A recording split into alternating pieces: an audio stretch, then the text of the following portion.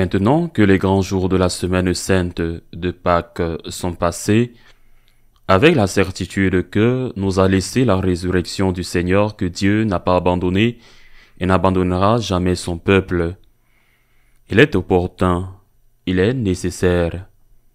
Il faut revenir à la dure réalité de la vie quotidienne de l'Église, en particulier à ce qui se passe en Allemagne parce que c'est le modèle, le miroir dans lequel se regardent tous ceux qui veulent laisser derrière eux la révélation comme quelque chose de passé. Pour se soumettre au monde, je voudrais commencer aujourd'hui par lire un témoignage qui m'a écrit une femme latine qui vit en Allemagne, qui appartient au diocèse d'Aix-la-Chapelle. Et elle me raconte ce qui lui est arrivé. Ce qui lui est arrivé lors de la veillée pascale. Je connais cette femme et je suis sûr de l'authenticité, de la vérité de ce qu'elle m'écrit. Je viens de l'église Jacob Kirchen à Aix-la-Chapelle. Aix-la-Chapelle, la messe de la résurrection, elle fait référence à la veillée pascale, a commencé à 21h. Ils ont commencé à lire la Genèse. C'est l'une des lectures obligatoires lors de la veillée. Mais ils ont dit qu'il s'agissait d'un résumé mis à jour. J'ai donc eu peur. Lorsqu'ils sont arrivés à la partie où il est dit que Dieu a créé l'homme et la femme, ils ont ajouté l'idéologie du genre en disant que Dieu a créé les femmes qui sont attirées par les femmes et les hommes qui sont attirés par les hommes. Je me suis levé de mon siège et j'ai dit, et je me suis dit, ce n'est pas catholique, c'est une autre religion. La femme qui lisait m'a ignoré et a continué à lire. Une femme qui ressemblait à un homme est sortie et m'a dit de quitter l'église. Alors je suis parti. Je me suis senti littéralement excommunié quand je suis rentré chez moi. J'ai commencé à pleurer d'impuissance parce que j'avais été jeté hors de l'église et parce que des aînés aux enfants, ils acceptaient ces enseignements. Dans ce même diocèse Aix-la-Chapelle, l'évêque de ce diocèse a annoncé cette semaine, Monseigneur Dizer a annoncé que sur les 326 paroisses qui existent actuellement, dans 4 ans, il n'en restera que 8. Les autres seront vendus pour être transformés en n'importe quoi, restaurants, discothèques, musées, ou elles seront simplement réduites à des chapelles où il y aura un assistant pastoral qui célébrera la messe ou un substitut de la messe. De 326, elles seront réduites à 8 en 4 ans. Dans le même diocèse où vit cette dame, où elle me raconte ce témoignage, et où elle est expulsée de la messe pour avoir demandé que la parole de Dieu soit lue telle qu'elle est dans la Bible. Ce n'est pas un cas unique. L'archevêque de Berlin, Monseigneur Koch, qui est un personnage intéressant, je raconterai son histoire plus tard, a également déclaré cette semaine que le fait de ne pas avoir de femmes prêtres, pas de diaconesses, non de prêtresses, est quelque chose qui rend l'évangélisation très difficile. Je ne vois pas pourquoi ils voudraient des prêtresses s'ils ont 320 paroisses à dépenser avec le peu de prêtres qu'ils ont. Cette semaine encore, Monseigneur Batzing, le président de la conférence épiscopale, a déclaré qu'il aimerait beaucoup ordonner des diaconesses, d'abord et ensuite des prêtresses, et il n'a pas dit d'établir des femmes comme diaconesses pour rendre service, non, il a dit d'ordonner des diaconesses. parce que le but est d'ordonner des prêtresses et ensuite, bien sûr, des évêques et d'autres encore. L'Église en Allemagne, en Autriche, en Belgique, en Suisse et peut-être aussi dans d'autres pays voisins, la Hollande ou certaines régions ou de nombreuses régions de France n'est pas gravement malade. Elle est déjà moribonde, sous assistance respiratoire. Mais il faut dire que ce n'est pas quelque chose qui s'est produit, mais que c'est le but d'un suicide.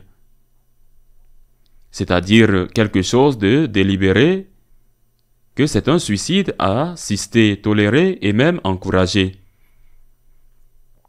Ils veulent des prêtresses pour commencer. Il faut penser que ce qu'ils veulent vraiment, ce sont des évêques. Des évêques et un jour une papesse.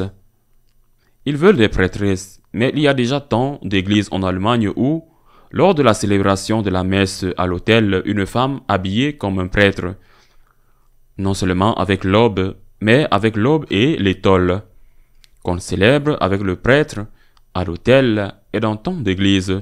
Des femmes célèbrent la parole, lisent l'évangile, prononcent l'homélie, comme si elles étaient diacres. Un diacre ordonné avec le premier degré de sacerdoce, bien sûr revêtu de l'aube, de l'étole et parfois même de la chasuble. C'est normal, dans beaucoup d'églises en Allemagne, c'est normal que ce qui s'est passé à Aix-la-Chapelle se passe aussi dans d'autres endroits. C'est normal que dans l'éducation qui est donnée, l'idéologie du genre soit acceptée et que des choses contraires à la doctrine de l'Église concernant le 6e commandement ou même le 5e commandement soit remise en question ou enseignée, c'est normal. C'est-à-dire que ce n'est pas un problème extraordinaire, rare dans une paroisse. C'est quelque chose de commun dans beaucoup d'endroits. Ce n'est pas quelque chose que les responsables ignorent. C'est quelque chose qu'ils savent, qu'ils encouragent ou au moins qu'ils le permettent de plus. Ce n'est pas quelque chose de nouveau. Quand on regarde la généalogie, l'histoire des différents évêques, on se rend compte que, par exemple, l'actuel évêque d'Aix-la-Chapelle, Monseigneur Diezer, a été ordonné évêque par le pape Benoît XVI en 2011. Monseigneur Koch, l'archevêque de Berlin, qui a déclaré que sans prêtresse, il est difficile d'évangéliser, Koch a été ordonné évêque auxiliaire de Cologne en 2006 par Benoît XVI, tandis que le cardinal Miesner, ami proche du pape Benoît XVI, ne le connaissait pas. Le cardinal Marx, exactement dans la même ligne. Le cardinal Marx a été nommé évêque en 1996 par Saint Jean-Paul II et Saint Benoît XVI en 2007 qu'il a nommé archevêque de Munich et en 2010 il a été nommé cardinal. Monseigneur Batzing, quant à lui,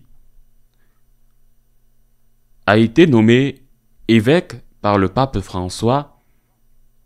Est-ce que ces évêques, ces papes qui ont nommé ces évêques, j'ai mentionné les 3 derniers, ne savaient pas qui ils nommaient et les noms respectifs qui les ont recommandés ne savaient pas qui ils recommandaient pour être nommés évêques? La situation est si grave qu'en 2022, ce sont les dernières données dont nous disposons. Celles de 2023 seront connues dans quelques mois. En 2022, plus d'1 demi-million de catholiques ont officiellement apostasié de l'Église avec un pourcentage qui augmente énormément d'année en année. Nous verrons ce qui se passera lorsque les données de 2023 seront connues. Elles seront très probablement plus élevées. Dans l'ensemble de l'Église allemande, sur les quelques catholiques restants, seuls 6% sont pratiquants et dans certains diocèses, ce pourcentage n'atteint même pas 3%. J'insiste sur le fait qu'il s'agit d'une Église qui est déjà sous assistance respiratoire, d'une Église mourante, mais ce n'est pas le pire. C'est très grave. Le pire, c'est que cette Église mourante est présentée comme le modèle pour le reste de l'Église. Elle est présentée comme ce que nous devons tous imiter, au lieu de dire c'est faux, et les causes sont là depuis de nombreuses années, pas seulement ces dernières années.